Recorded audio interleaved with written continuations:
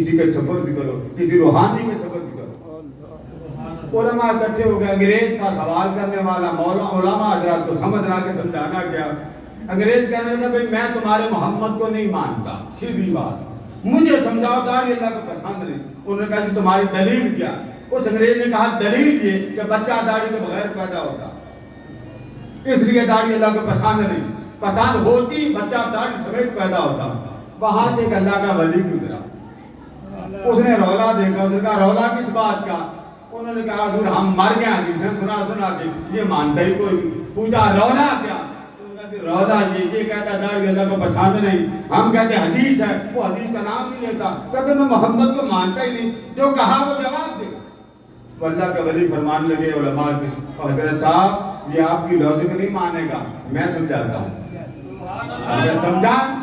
انہوں نے کہا اچھا جو شے اللہ پیدا نہ کرے، بچے کے ساتھ داڑھی پیدا نہیں ہوئی تو آپ نے آئیڈیا بنا لیا کہ وہ داڑھی اللہ کو پسند نہیں ہے، تب داڑھی تم مناتے ہو، مانتے ہو؟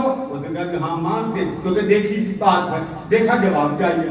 اس ولی کامل نے کہا پھر بچہ دانت لے کر پیدا نہیں ہوتا، پھر دانت بھی توڑ دے، دانت اللہ کو پسند نہیں، اس لیے خدا کا واسطہ یہ کاٹ نہیں۔